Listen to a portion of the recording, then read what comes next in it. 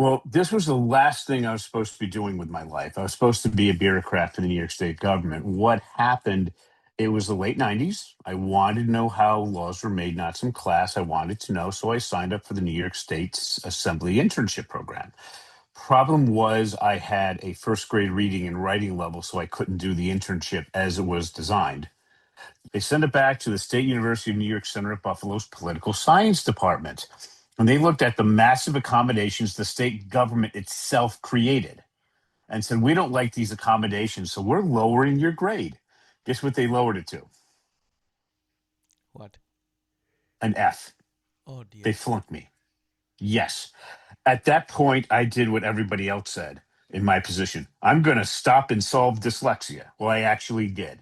Stories and Stanza is a podcast exploring creativity, resilience, and the transformative power of human stories. Through our two series, Between the Lines with creators and Fail With Me focusing on wellness and life's challenges, we bring you authentic conversations with inspiring voices from around the world. If you are drawn to meaningful dialogue that both comforts and challenges, follow us on YouTube or any podcast platform. Hello everyone and welcome to a new episode of Stories and Stanza, where I am joined by my guest Russell, who is a top guest in Podmatch as well. Hi Russell, thank you for your time today. How are you doing? I'm doing great. Thanks for having me. For anyone who has joined Stories and Stanza for the first time, I run two different series. One is called Between the Lines, which is about writers and their craft, and the other is called Fail With Me, where I talk about psychology, well-being, and related topics. And today we will be exploring dyslexia and some of the ideas around it. So, Russell, for our listeners, would you like to tell us a little bit about yourself? Sure. Well, this was the last thing I was supposed to be doing with my life. I was supposed to be a bureaucrat for the New York State government. What happened? It was the late 90s. I wanted to know how laws were made, not some class. I wanted to know. So I signed up for the New York State's Assembly internship program. Problem was, I had a first grade reading and writing level, so I couldn't do the internship as it was designed. So they accommodated the heck out of me. They moved me over to the Capitol and put me in the Majority Leaders Program and Counsel's office that runs the assembly day to day. They had no idea what to do with an undergrad, so they treated me like a graduate student, so I had the best internship in my class. And they had 3 administrative assistants that could help with my horrendous writing so I could turn in reports each week. For the big paper, instead of that, I did a very standard accommodation where I gave an hours-long presentation Q&A session. And then they wrapped it all up and said, we're recommending 15 credits of A minus. They sent it back to the State University of New York Center at Buffalo's political science department. And they looked at the massive accommodations the state government itself created and said, we don't like these accommodations, so we're lowering your grade. Guess what they lowered it to? What? An F. Oh dear. They flunked me. Yes. At that point, I did what everybody else said in my position. I'm going to stop and solve dyslexia. Well, I actually did. So I asked my professors where I should go to force myself to learn to read and write in grad school. And they said, if you like politics, it's easy. Law school. So I went and audited 2 law school classes. My second day in contracts, I was called on. And in the United States, they use something called the Socratic method. They will keep asking you questions you don't know the answers to embarrass you publicly until you eventually adapt. That didn't happen to me. I responded not as a student, but as the professor's equal. And he was a professor longer than I was alive at that time. I ended up arguing with him for 15 minutes. At the end, he said, you couldn't be any more correct. I have to move on to the next case in the interest of time. I learned to read within a month. I learned to write within a couple of years.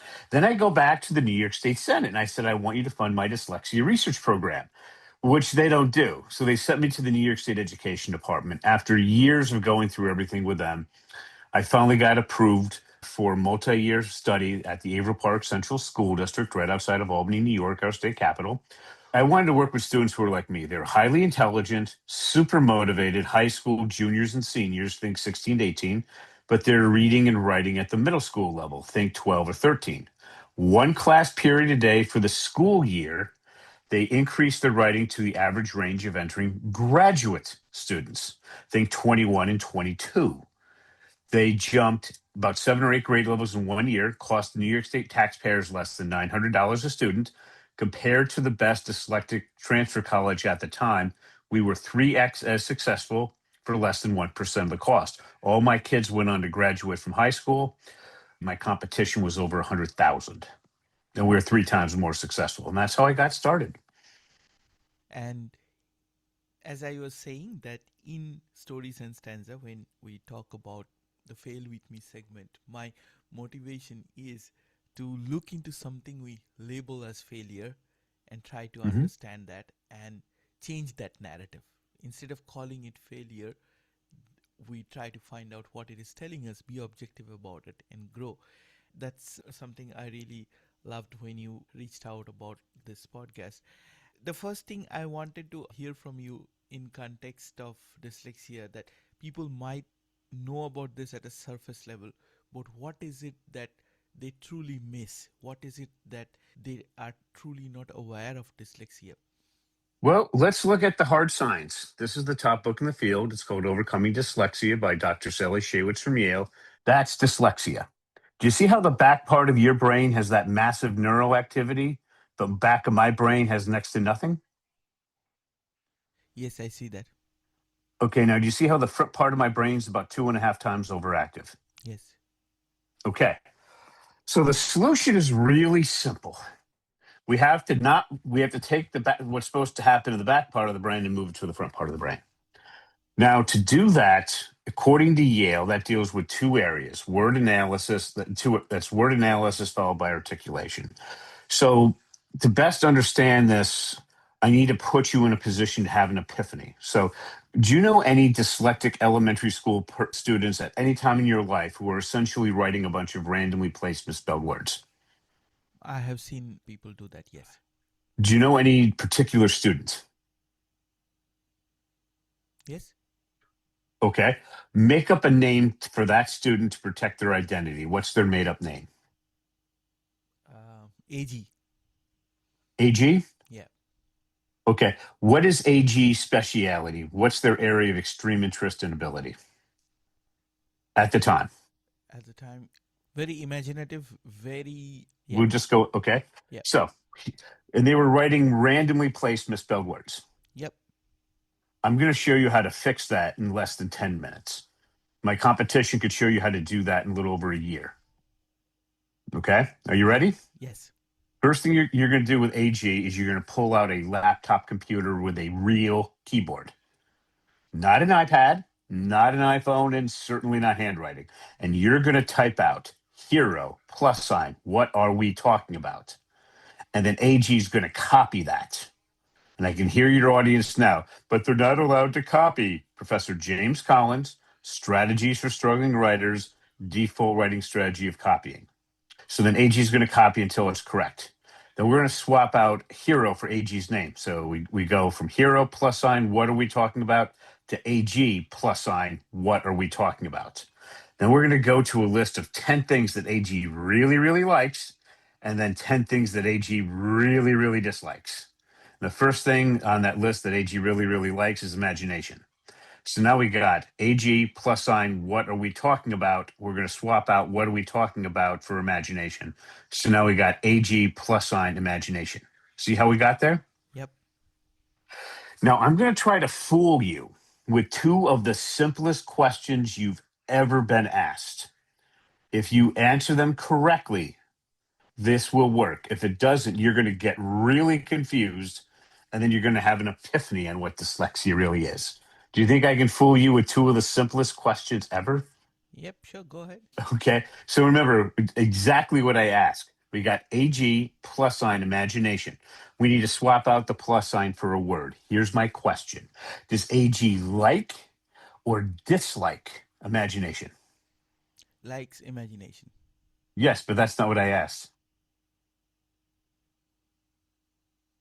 You ready to try it again? Yeah. Yeah. Okay, so we got AG plus sign imagination.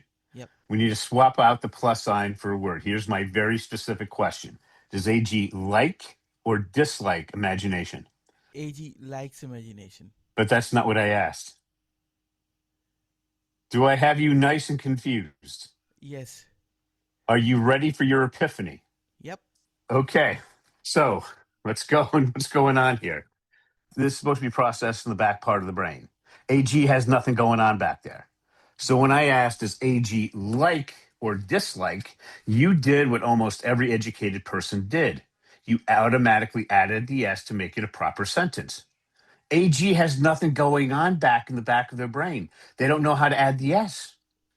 So when I asked, does AG like or dislike, AG would have said like. Oh, okay. So you find, like, when your teacher taught you to add an S when you're like, I don't know, 7 years old, they may have got angry if they had to explain it to you 3 or 4 times. They can explain it to AG 100 times, and AG's not adding the S. There's nothing going on in that part of the brain. Basically, it's the front part. So we have to use word analysis followed by articulation to bring what doesn't work back here to up here. Well, we have 2.5 times the neural activity. Make sense? Yes. So now we got AG like imagination. So then here's how we add a very simple form of word analysis. I would say, AG, read what you wrote out loud. And here's my question. Does it sound generally correct?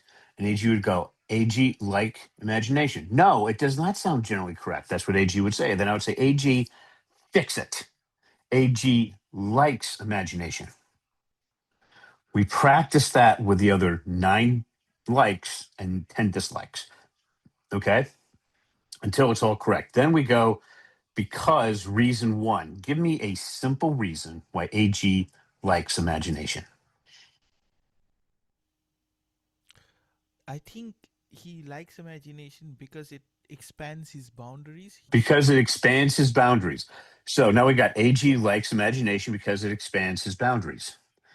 Now, here's the problem. Teachers have problems with horrific grammar mistakes here. Here's how we fix it. We tell AG to read what they wrote out loud, and does it sound generally correct, and to keep reading it out loud and changing things until it sounds generally correct. So those horrific grammar mistakes are now gone. You're left with some medium ones and some small ones, and teachers could deal with that. Okay? Then now do you see how the reasons after because are a simple form of articulation?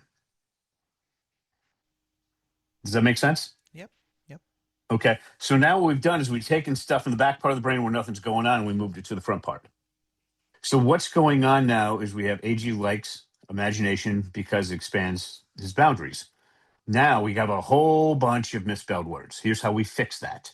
We tell AG to drop a period and then read it out loud, then go ahead and type it. Every time he makes a spelling mistake, he has to retype the entire sentence. So AG is going to say, I'm not going to make that mistake. And he keeps making it for about 3 to 13 times. Each time he concentrates harder and harder. And that's where the magic happens until he eventually gets it right.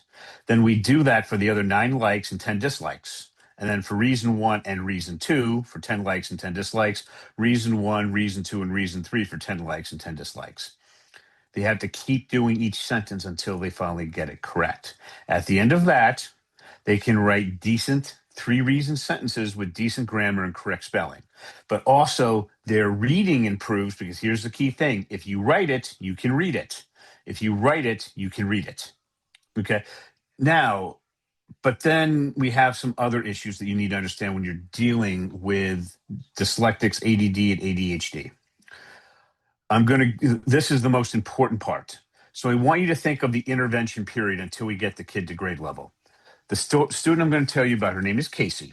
I never saw anything like this before Casey. I'll never see this again. This was a one-off edge case. Casey was 10 years old at the end of 5th grade, turning to 11 over the summer. She was really interested in Theodore Roosevelt, so I assigned her this book. The Rise of Theodore Roosevelt, all 1,000 pages. This is designed for 15 to 18-year-olds. It's won the Pulitzer. Casey went up to her room, closed the door for 3 hours a night for the next 6 months, most of the days during the summertime. At the end of that, you could flip it to this random page and point to a random word, and she would literally tell you the dictionary definition. She jumped 8 grade levels in 6 months, and I worked with her for 15 minutes a week. Okay? She did this on her own. When we moved to a book that she hated, I asked Casey, how much did your motivation drop? And she said about 50%. The most motivated kid I ever worked with. Most dyslexics will tell you they'll drop 75 to 90% outside their speciality, which in school is just about everything. So you in the time period where you're doing the intervention, you have to focus on their speciality, get a book that they're interested in with the same audio book, because until you get them to grade level, if you step outside of that, they're not going to do the work. All right. Secondly, if you're dealing with the problem is if you ask a neurodiverse kid, in your speciality, do you have ideas flying around your head at light speed, but with little to no organization? So, what we have to do is force the dyslexic brain to organize itself by using writing as a measurable output. Let me give you an example of that. I want you to imagine if Bill Gates paid you $100,000 to go and do this project, which would take you a couple of days. What effect did Martin Luther King's famous I Have a Dream speech have on the American civil rights movement in the 1960s? You're going to start off at the big picture, probably, and then eventually go to the details. Do you know how to just go to a library and start researching that right now? Probably not. I'll have to do a lot of finding whether the library has the right level of resources and then Well, let's scanning. say they did. Would Yeah, you okay. just know how to go, where to start, and what to do to eventually write it? Probably not. Not, I mean, would you know enough just to Yeah, start the yeah, yeah, project? yeah, Yeah. yeah. Well, if you were dyslexic, you could forget about that project because it'd be like grabbing fog. We don't do big picture and then eventually get to the details. We got to start at a very specific detail and then go out slowly. So we would ask it like this: what personally compelled Martin Luther King to want to give his famous speech? Now we know exactly what to do. Go to his biography and find out. That answer will give us another question, which would give us an answer, which would give us another question, which would give us an answer. That forces the dyslexic brain to organize itself by using writing as a measurable output. Does that make sense? Yep. So parents would ask, and then we'd do word analysis followed by articulation, like I told you. Parents ask, well, how effective is that? I like to use a quick example. Her name is Kimberly. I met her on December 27th of 2024. Kimberly has some college. She's a homeschooling mom of 5 kids. 4 of her 5 kids scored brilliantly on reading using standard methods.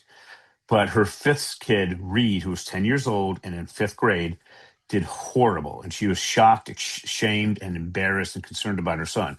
Reed was reading at the 11th grade level, writing at the fourth grade level. So I worked with Kimberly for a half an hour a week for the end of the school year in June.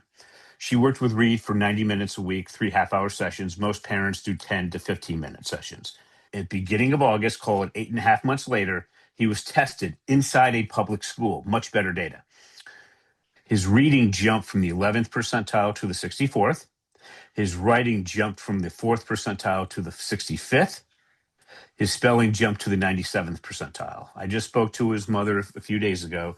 She said he's mainly getting A's and B's in Gen A classes. Kimberly did what every parent dreams of. She solved her son's dyslexia in under 9 months. The best private schools in the United States take like 4 to 5 years. That's how powerful this is.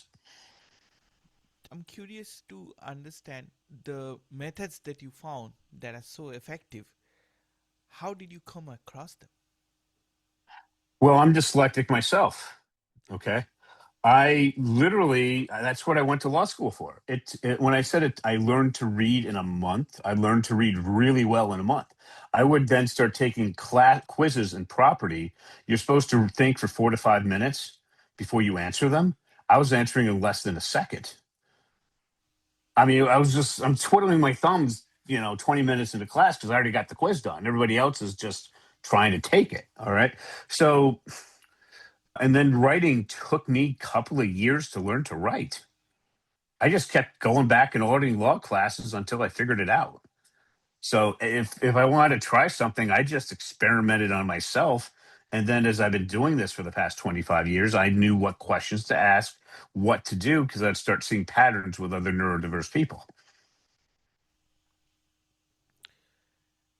And with your program, with the course that you have designed, can you tell us a little bit about it? And can people around the world have access to the course? So what we do is the course is $147 a month US. However, For people in Australia, and we do go through the podcast host to confirm this, if they hear it on your show, we can arrange it so it's $147 in Australian dollars. Okay. But we always go through the host of the show to make sure, where they got it from. The Orton Gillingham tutors are $100 to $325 an hour. It takes 2 years to become certified after a bachelor's degree. And if they start off with a kid in fourth grade, when the kid's in a graduate program, they're still with the kid. That's because it hasn't changed much since the 1950s. So what we did is we found out that just to teach the parents, programs out there with individual coaching cost $500 to $1,000 a month US. So we had to lower it to 147. And our instructor, her name is Angela. She is a certified elementary school teacher in the state of Texas with a 2-year master's degree and a decade of teaching experience. She has homeschooled her son, August, through this process. And she's there an hour each week to answer your questions. All right. And we takes parents from the kids, well, an expanded version of what we showed you today. And parents ask, well, how far do I go? The most advanced kid that we're working with now, his name is Grayson. He's not dyslexic in the least. He's a gen ed student in the 99th percentile in math and the 99th percentile in sciences. He wants to go to get his PhD, then work at NASA, our space administration, to terraform Mars. And we have to get him published. We have to get his article submitted for publication. All right, literally a PhD level article. And I met a gentleman who's a board member of one of our top technical colleges, and he's going to arrange for the interview when Grayson's ready. How old do you think Grayson is? I don't know, 20s? Oh, wow. We're taking him through that entire craft of research project. That's a book that the professors told me that they wanted, demanded. It was published by the University of Chicago in 95, sold over 1 million copies. And it teaches you how to do your doctoral dissertation by coming up with context, get everybody on the same page, coming up with a legitimate research question that needs to be answered, and then an original answer. So we start off with basic sentences, and we recommend our students to submit an article for publication. Even if they do so badly, when they go to college, it's like, how do I write a research paper? It's like stepping down from calculus down to like 5th grade math. It's a skill they can master in college, which is required because if you want any chance of a job out there today, if you can do the craft of research, you can do AI really well.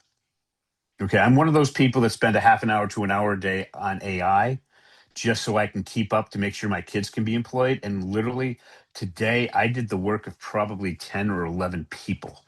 And I took a bunch of breaks doing it and being on a couple of podcasts. If you don't know those skills, you are simply not going to be employable. But the kids, I had kids I taught this, they learned it in high school, they practiced in college, and then they get out and they would start a job. Their boss is like, well, we want you to use AI in this. They're like, I hate it. They don't even know what ChatGPT is. They hate it. So they'd call me. I would say, okay, pick your AI model, go to it, talk to it, type with it, figure out how to do contexts. They come back the next day. Okay, I figured that out. I hate this. I said, welcome to the adult world. Now go ahead and do problem statement. And they came back, okay, got that. And I said, okay, now go and do the solution. Turn it in. They turned it in. The boss loved it. Within a matter of weeks, they're training their peers on how to do AI. If you know the craft of research, you can do AI. Guide it, use it. You can pick up on it really fast. And that's what's important.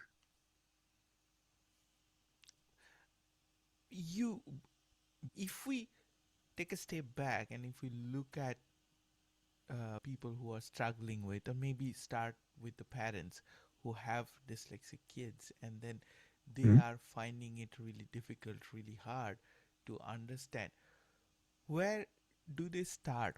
How do they understand dyslexia, and what are some of the common misconceptions that you can speak about? Well, when you're trying to figure out what it is, boys and girls are different. If you push a boy to do what he can't do, they tend to act out. They tend to have temper tantrums. If you find that and they're way behind in reading and writing, get them tested quickly. Girls are typically much quieter. They typically just take it. People think it's much less in girls. They just don't act out like boys generally do. If you find out that they're behind, get them tested so we can take care of this thing. So there's two ways of taking care of it. If you do it in kindergarten, you can just Google this, just Google Yale and put in dyslexia. You want to talk to these people, the author of this book, Yale Center for Dyslexia and Creative Studies, and ask, how do I get my kid tested for dyslexia in kindergarten? The teacher can do it for like 40, $50 a kid. And then once you find out, contact Yale again. What programs can I use? They say, well, here are the programs. The US government spent like $1 million on each of them. Pick what you want. If you pass that, you're statistically going to be okay. If you fail it, it's a 911 academic emergency because K through 3, we learn to read. Fourth and above, we read to learn. Now, what happens above fourth grade? You can be like one of a New York State Senator, Brad Hoylman Segal. He's the chair of our Judiciary Committee. He's a graduate of Harvard Law School. He's a Rhodes Scholar from Oxford. His daughter found out in fourth grade that she was dyslexic. He spent $8,000 on a neuropsych exam to find out. His family has the money; they could pay for it. Then she had to go to a private school that's like 65, 75,000 a year for years. Or you can work with me, or it doesn't get fixed. Those are really what it comes down to. And you have given so many interesting examples of there are all these expensive programs and it takes much longer, whereas the program that you're running, it's so much more effective and there are all these success stories. I'm curious to find out if you see, and you started talking about skills as well. Do you see an application of these techniques beyond dyslexia? As I said, we're taking Grayson literally through submitting his article to be peer reviewed. When it's rejected, we're then going to hook him up with a scientist in that area, literally one of the top 5 technical universities in the world. And Grayson will be about 14 at about that point. He's a decade ahead of anything. You want to talk about getting somebody's attention, and he wants to work with that professor to finish it up. The techniques that we work with are designed for dyslexics, ADD, and ADHD kids, but they work extremely well with highly motivated, highly intelligent gen ed students. They go through the process much faster. The dyslexic goes the deepest, which really matters in grad school. So what I can tell you is when we get to grad school, the front part of our brain, which is 2.5 times overactive, that's where we excel. When I had to get my stuff approved by a senior scientist, I was told it was going to take years. I did it in less than 2 weeks. So it absolutely works with gen ed students as well. It's just that the dyslexics go the deepest, ADD kids go someplace in the middle. Can you help us understand this with a little bit more details as to, you told us about dyslexia, but if we are looking at other areas of the spectrum of neurodiversity, what are their challenges and how does the course or the techniques help them? Well, let's just take ADHD, for example, because that's usually the hardest one people tend to deal with. But you personally do you know somebody?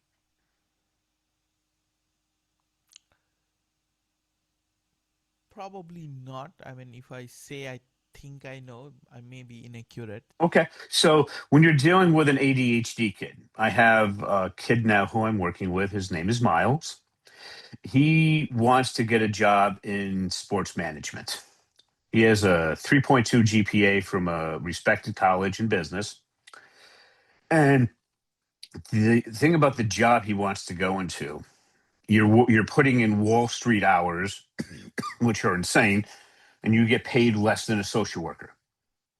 Down the road, it pays doctor money after a lot of experience.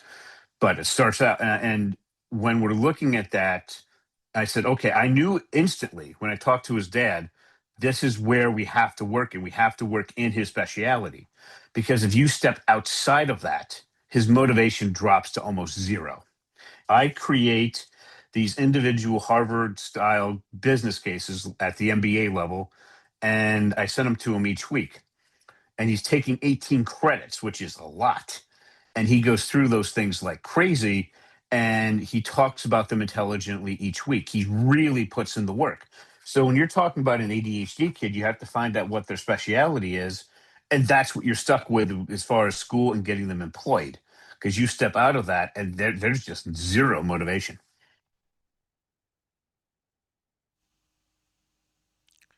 And I think it's very hard for people to understand where the children are in that spectrum, what they are really struggling with, to be able to show them that direction. And this is something I was curious about, is like when you're saying that, okay, the front part of the brain is more active, and then some cases that they are, lacking attention. In some cases they are maybe struggling to communicate. In some cases maybe they are struggling to remember. Does the ideas that you're talking about, they kind of work across the board? Oh, yeah. Okay. So let me give you an example. This works with ADD, ADHD, and dyslexia, and for some very high functioning autistic kids. Okay. And with autism, it's a hit or miss. I'm very successful with some, not with others. I tend to be successful with the high functioning kids. In any one of those, you focus on the kid's speciality, their area of extreme interest and ability. Now, just to give you Grayson, for example, the 99th percentile science and math kid, he's much more interested in something he cares about than something he's not. It's just with ADD, ADHD, and dyslexia, you are you have to do it, or they during the intervention period, or they won't do the work. I submit. Notice what I said during the intervention period when they're at grade level reading and writing and stick them back into normal classes. We have to go from something very specific and then outward, like I gave you with that. What effect? Why did Martin Luther King personally? Why was he compelled to do his famous speech? Because then we know exactly where to go. We get it. We look it up. We get an answer, and that answer gives us a question, which gives us an answer. And we go out from there, and then we have to do word analysis followed by articulation. If you step out of that process, it is going to become extremely inefficient. You stay into that process. Remember what I showed you about Kimberly? She solved her area as a homeschooling mom with some college in under 9 months. My co author, just so everybody knows, I'm coming out with a book in the next few months. And that book's going to be titled If You Write, You Will Read. My co author is Evelyn Whitebay. She's one of the 3 teachers on the New York State Dyslexia Task Force. In a little less time with her student, that student jumped 6.6 grade levels in a matter of months. And that's because Evelyn's a master teacher using this process. So what I'm saying is if you follow how the dyslexic brain actually works, you can have amazing success. I think we started talking about understanding dyslexia, and then the techniques and some of the misconceptions, and the wider implication of the techniques in the spectrum. Do you think we haven't touched upon anything very significant along the way? Well, I gave you a solution for the young kids, but a lot of times parents, what about the middle and high school kids? Okay. So here's a quick thing for them. The teachers need them to write a body paragraph, an advanced body paragraph. So an advanced form of word analysis followed by articulation. And I just want to quickly show you an example of how to do that. So a decent part of it. But just so everybody knows, so I can put it in context, how far did you go in your education? Oh, I am an engineering graduate. Okay. Bachelor's, master's, Bachelor's, doctorate? yeah, bachelor's. Bachelor's. What if I told you I'm about to show you a way of writing that would actually improve your writing? Okay, yeah, sure. So to start off with, we're now going to do how to do advanced body paragraphs for middle and high school kids. This also works in college. I want you to tell me a name of a movie that you know really, really well, that you think is one of the best of all times that everybody has seen. What's the name of that movie? Life is beautiful. Life is beautiful. Now I'm going to ask you a very difficult question. I need you to reduce the life is beautiful to a one word universal theme that best represents the movie in your view. Father. Now, when we're looking at, I want you to think about how to do a proper review. You would take the universal theme of father, and you would say, how did the main actors do with that each one? How did they do with that universal theme? How did the director do, and how did the screenwriter do? And then you'd write the review. People would then decide, do I want to see it or not? If they want to see it, you're enhancing that experience because now they're looking for fatherhood, okay, from the different main creators. Problem is, when you want to write the review, a lot of times we need to laser focus, but father or fatherhood is really, really broad. So we have to paint it with a very broad brush. Do you see the problem? Yeah. Now, how do we fix that? I'm going to kind of traumatize some of your audience because we have to go back to high school English and Shakespeare. Why? Because Shakespeare was in the English speaking world, was the best one ever at communication and writing. So if you look at your standard play that you studied in high school for Shakespeare, you had your hero. The hero wanted to do something based on one or more universal themes. Then you'd have your ultimate villain who would try to prevent the hero from accomplishing the goal. The ultimate villain would be a person, a concept, or some combination thereto. They would have a conflict in Act 1. It would escalate into Act 2 and resolve in Act 3. Sound familiar? Yeah. So what we would do is we would then go, let's say life is beautiful. Let's say we're going to go to that script. We're going to find out who the hero is. Then we're going to have the kid write out as much as they could on what the hero wants to do. For each sentence, we're going to take out the most important word, and we're going to type out the most important word, and then we're going to do something that's going to shock parents. We're going to go to an online dictionary, usually Merriam-Webster's. We're going to have the kid pick their definition. Then they're going to type out the most important word and the definition. And the parents are screaming, but my kid won't do that. And they are correct, unless if you're in the kid's speciality. And for you, this is in your speciality, they will do the work. Because what I tell the kids, I literally open this book up and I say, this is your brain. That massive over neural activity in the front part of the brain that deals with word analysis. How can you use word analysis if you don't know exactly what the word means? You can't. So if you're going to work with me, you're going to type out the word and type out the definition until you know that word. And then 5 years later, when you're studying for your SATs, which is a vocabulary test for the verbal section, you're not going to have to remember hundreds of advanced words because you're doing it now at age 11. Okay, so type out the word, type out the definition. We do that for each most important word in each sentence. Then we pick out, compared to what the hero wants to do, we pick out the best, most important word. And that's our base universal theme.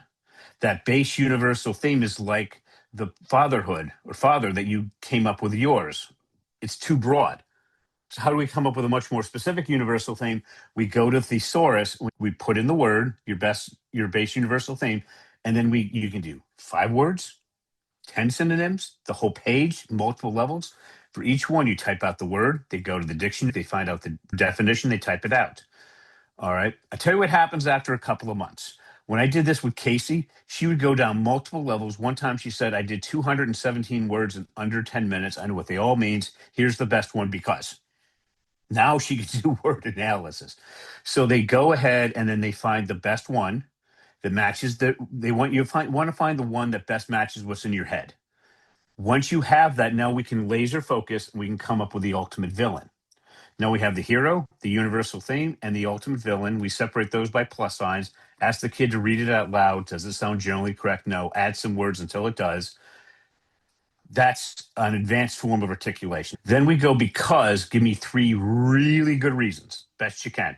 For each reason, you're going to come up with a simple universal theme.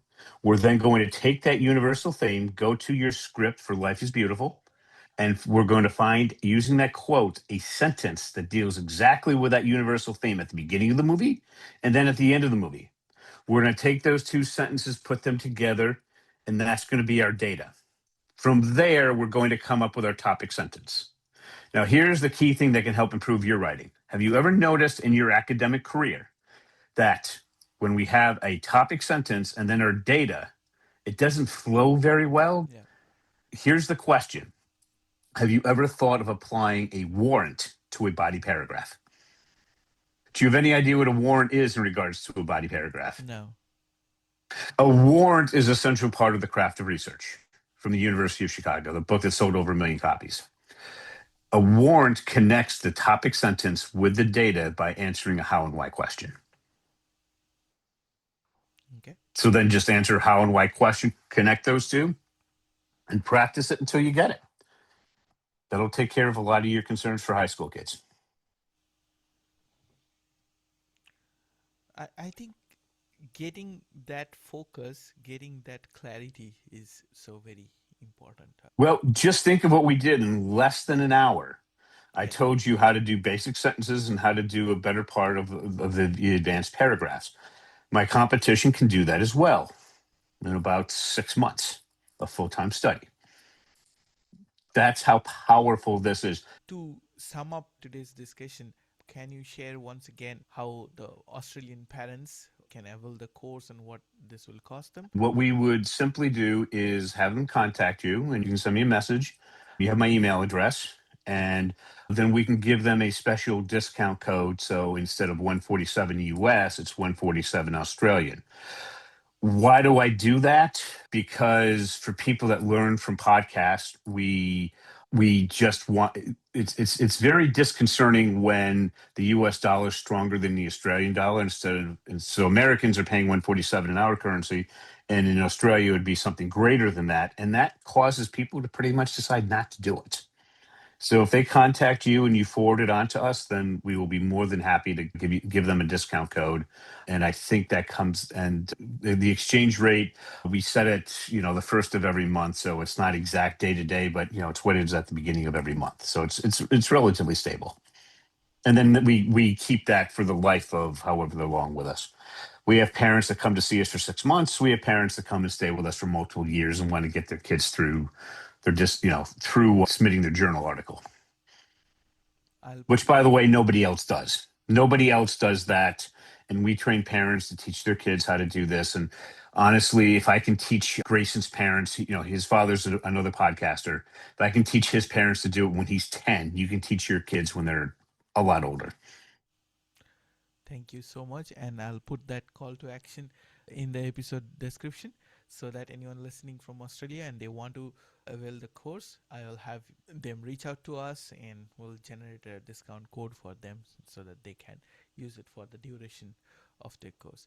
And thank you once again for taking the time to talk to Stories and Stanza today. We talked about such a very important concept of dyslexia, and not only that, then we looked at it from different perspectives. We looked at it from different spectrum and what success stories it can essentially build. So that is really exemplary work, and I hope anyone listening, they can pass it on to someone who need to get that support for dyslexia. Thank you, Russell, once again. Thanks for having me.